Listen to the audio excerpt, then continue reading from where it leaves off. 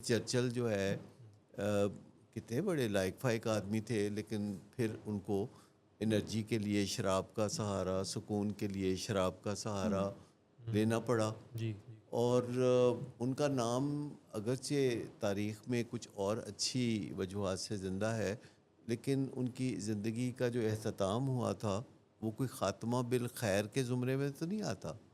یا آپ ابراہیم لنکن کو دیکھیں تو وہ کوئی سکھی تو نہیں گئے اس دنیا سے بچ بچا کے۔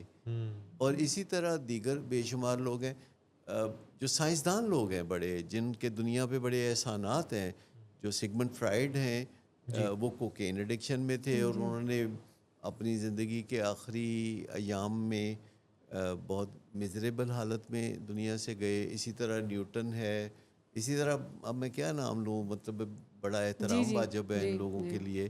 لیکن بتانے کے لیے کہہ رہا ہوں کہ آپ بڑے بڑے شعراء کو دیکھ لیں، آپ بڑے بڑے فلم ڈائریکٹرز کو دیکھ لیں، تو یہ احترام جو بات آپ کر رہی تھیں کہ احترام نہ کرنے والی بات ہے، جبکہ سائنس کہتی ہے کہ اگر آپ کو ڈائبٹیز ہو گئی تو آپ اپنی ڈائبٹیز کا احترام جی شروع کر دیں۔ بالکل اور ڈائبٹیز کا احترام کیا ہے کہ آپ میٹھے سے پرہیز کریں، آپ غذا کو آرگنائز کریں، آپ واک کریں، آپ سٹریس مینیج کرنا سیکھیں۔